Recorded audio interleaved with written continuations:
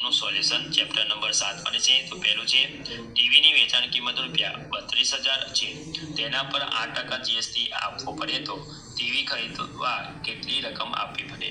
તો વેચાણ કિંમત છે અહીંયા ₹32,000, જીએસટી છે 8%, તો ₹100 એ 8% જીએસટી, તો 32,000 માં રૂપિયાના કેટલા? તો 32,000 ગુણ્યા 8/100, મીંડો 2 મીંડા અહીંયા કટ થાય તો 320 ગુણ્યા 8, તો જીએસટી આવશે ₹2,560 થાય। તો ખરીદ કિંમત હશે 32,000 વત્તા જીએસટી, તો 32,000 વત્તા 2,560 સરવાળો કરતા ₹34,560 ચૂકવવા પડે। બીજો દાખલો, એક મોબાઈલ ફોન 5% વળતર કાપ્યા પછી ₹20,900 માં વેચાણે મળે છે, તો મોબાઈલ ફોનની છાપેલી કિંમત કેટલી હોય? તો દાખલો જોઈ લે। 5% વળતર મળે છે, એટલે કે જો કે છાપેલી કિંમત પર 100 હોય તો વેચાણ કિંમત 95 થાય। તો વેચાણ કિંમત છે આપણી 20,900 હોય તો છાપેલી કિંમત 100 એ વેચાણ કિંમત છે 95 થશે, તો 20,900 વેચાણ કિંમતે કેટલી? તો 20,900 ગુણ્યા 100/95 સાદુરૂપ આપતા તો ₹22,000 થાય। ત્રીજો દાખલો, એક ડ્રેસ છાપેલી કિંમત ₹2400 છે, વેપારી છાપેલી કિંમત પર 20% વળતર આપે છે, તો ડ્રેસ ખરીદવા કેટલી રકમ આપવી પડે? તો છાપેલી કિંમત છે એટલે આપણે ₹2400, વળતર છે 20% અને ચૂકવણી પડતી રકમ કેટલી એ શોધવાની છે। ₹100 છાપેલી કિંમત તો ₹20 વળતર, તો ₹2400 એ પછના છે એટલે કેટલા? 2400 ગુણ્યા 20/100 સાદુરૂપ આપતા તો ₹480 થશે। એ ચૂકવણી પડતી રકમ છાપેલી કિંમત ઓછા વળતર, તો 2400 ઓછા 480 તો ₹920 ચૂકવણી હોય। તો ડ્રેસ ખરીદવા માટે ₹1,920 રકમ આપવી પડે। ચોથો દાખલો જોઈએ, અનિલ પાસે અમુક રકમ હતી, તેમાંથી તેને 80% રકમનો ખર્ચ કર્યો।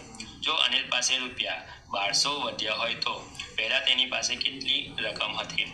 તો ધારો કે અનિલ પાસે X રૂપિયા હતા, ખર્ચ કરેલી રકમ 80%, તો બચેલી રકમ 100% ઓછા 80% એટલે 20% બચેલા, તો 20% એ ₹12,200, તો 100% એ કેટલા? તો 100 ગુણ્યા 1200/20 સાદુરૂપ આપતા તો આપણને આવશે ₹6,000 આવશે, એટલે અનિલ પાસે ₹6,000 હશે।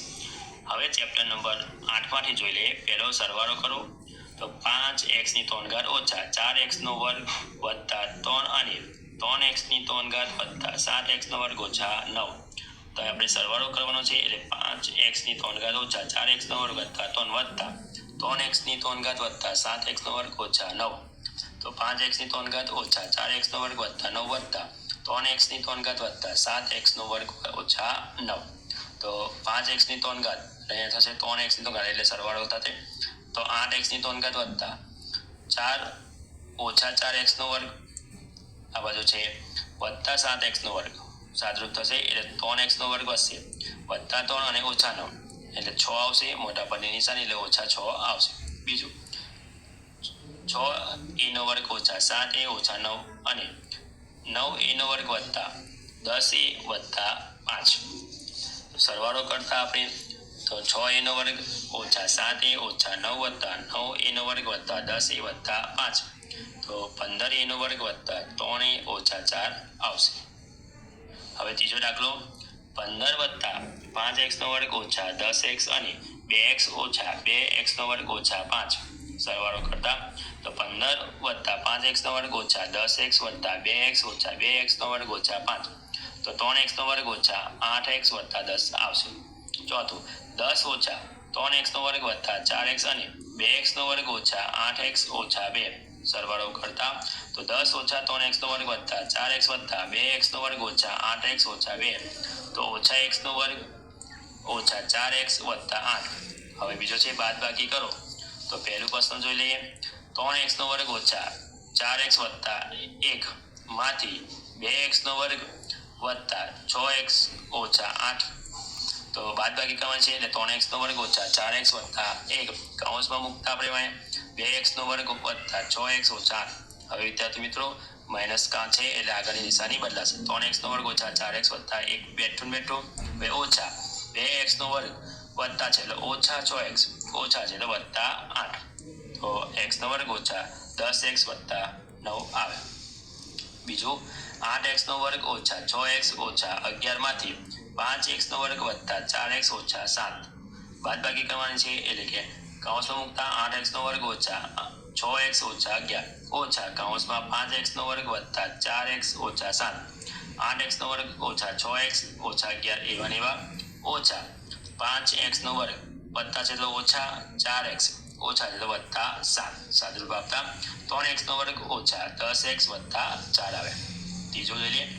3x નો વર્ગ વત્તા 5xy ઓછા 9 માંથી x નો વર્ગ ઓછા 2xy વત્તા 5 તો 3x નો વર્ગ વત્તા 5xy ઓછા 9 ઓછા કૌંસમાં x નો વર્ગ ઓછા 2xy વત્તા 5 તો 3x નો વર્ગ વત્તા 5xy ઓછા 9 ઓછા x નો વર્ગ વત્તા 2xy ઓછા 5 તો 2x નો વર્ગ વત્તા 7xy ઓછા 14. ચોથો દાખલો 9x નો વર્ગ વત્તા 5x ઓછા 17 માંથી 15 ઓછા 4x વત્તા 3x નો વર્ગ તો 9x નો વર્ગ વત્તા 5x ઓછા 17 ઓછા કૌંસમાં 15 ઓછા 4x વત્તા 3x નો વર્ગ તો 9x નો વર્ગ વત્તા 5x ઓછા 17 ઓછા 15 ઓછા છે તો વત્તા 4x ઓછા વત્તા છે તો ઓછા આવી જશે 3x નો વર્ગ આગળ ઓછા હોય તો નિશાની બદલે તો 6x નો વર્ગ વત્તા 9x ઓછા 32 થાય. જો વિદ્યાર્થી મિત્રો આ મારો વિડીયો ગમ્યો હોય તો લાઈક કરજો, તમારા ફ્રેન્ડ સાથે અચૂકથી શેર કરજો. હજુ સુધી આપણે ચેનલને સબસ્ક્રાઇબ ના કરી હોય તો કરી લેજો. બાજુમાં આવેલા બેલ આઇકન દબાવી દેજો જેથી આવનારા વિડીયો